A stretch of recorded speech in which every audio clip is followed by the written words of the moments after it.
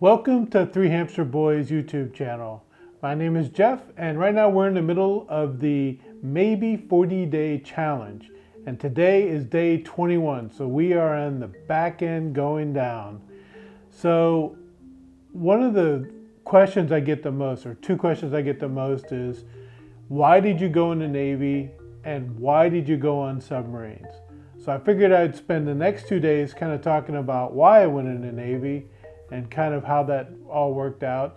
And then tomorrow's video will be about what it's like to be on a submarine and some of the things that you probably don't think about on a submarine that, media and movies kind of misinterpret. So just so everyone knows, there won't be any snack time tonight because it's day 21, I'm on my third fasting routine. So the first 10 days I did 12 and 12. 12 hours of eating, 12 hours of no eating. And then for the past 10 days, I've done 16 and 8. So 16 of no eating, or 16 of no eating, 8 of eating. So now we're doing the 1 and 2. So 1 day of fasting and then 2 days of moderate eating, and then doing that for the next 10 days and see how that works. So I don't like fasting. It has been a long day.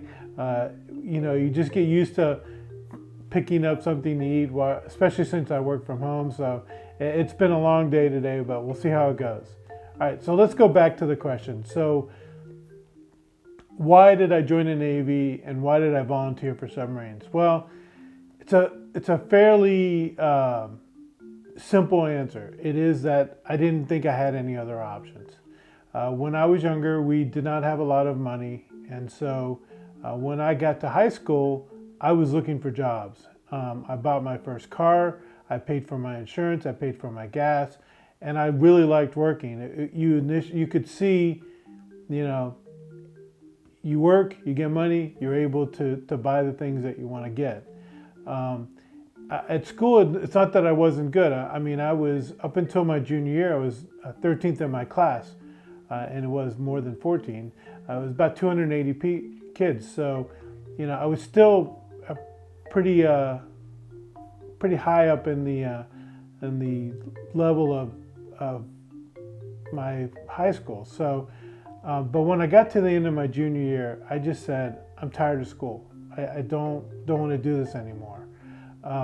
Part of it was that we had moved from Chicago down to a very small town in Virginia, near Charlottesville, and it was a huge adjustment. And the other part was that my high school made you choose between music and math. So if you wanted to take the academic math courses and ultimately get the calculus your senior year, you had to do that during fourth period. There was only one class available, and that was the same class period for music. So I made the choice that I liked music a lot more than I like math, although I love math.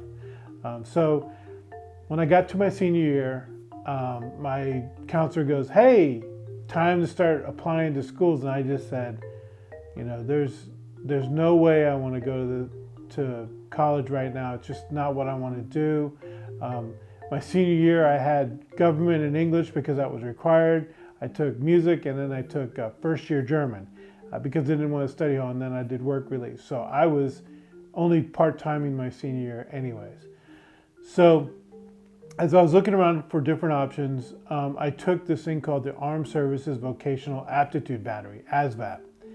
And what it is a series of tests, and it tests not only book sense, but also some mechanical sense. Like they would have boxes that laid flat, and if you folded them up, what would they look like? So you had to pick that.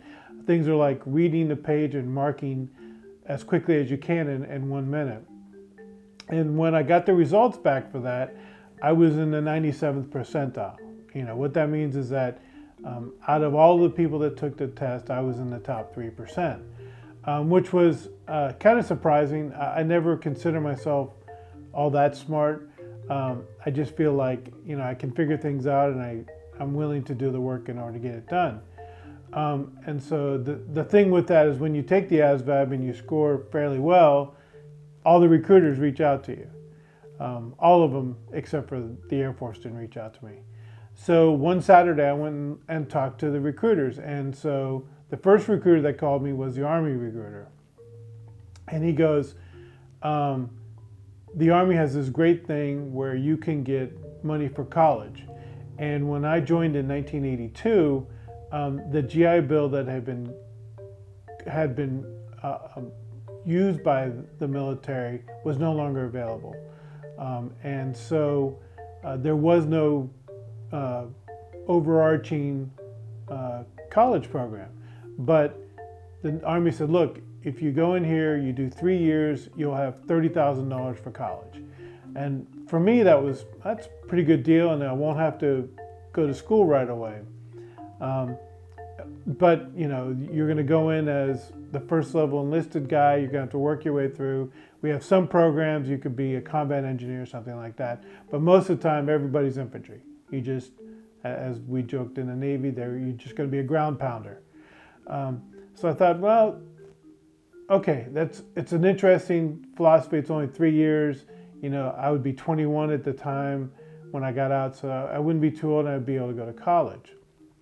The next recruiter that called was the Marine recruiter.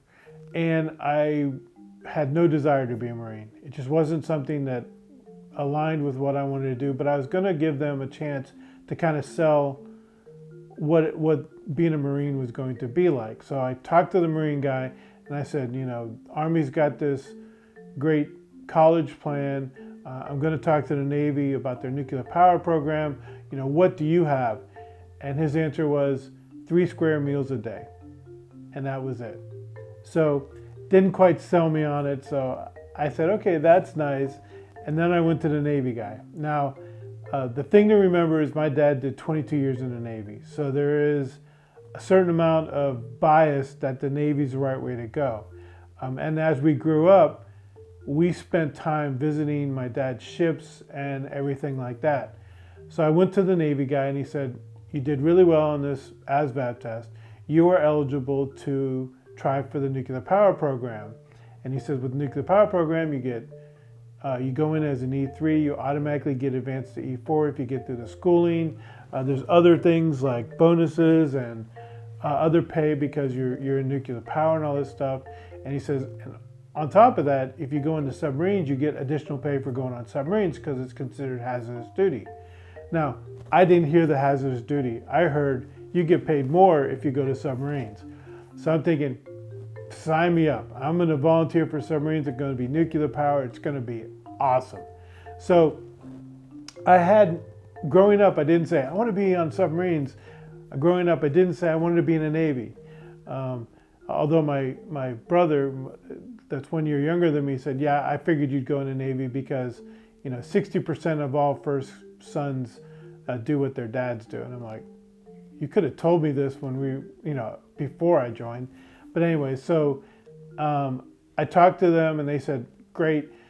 So what you do is, in order to get a nuclear power program, you have to go down to the recruitment center, you get a physical, and then you have to take a nuclear power test. And on that nuclear power test, you have to get a certain score, and then you're eligible. And this is all before you sign any of the dotted line stuff. Then we did the package together. We looked at what it was, and I said, good. So they took me in the back room. I raised my right hand. My parents had to sign the forms because I was only 17. And I signed it, and I said my oath, and I joined the Navy. But I was on the delayed entry program. So I was still in high school. I had to graduate high school in order to get into the Navy. And I also had braces on. So I had to get my braces off.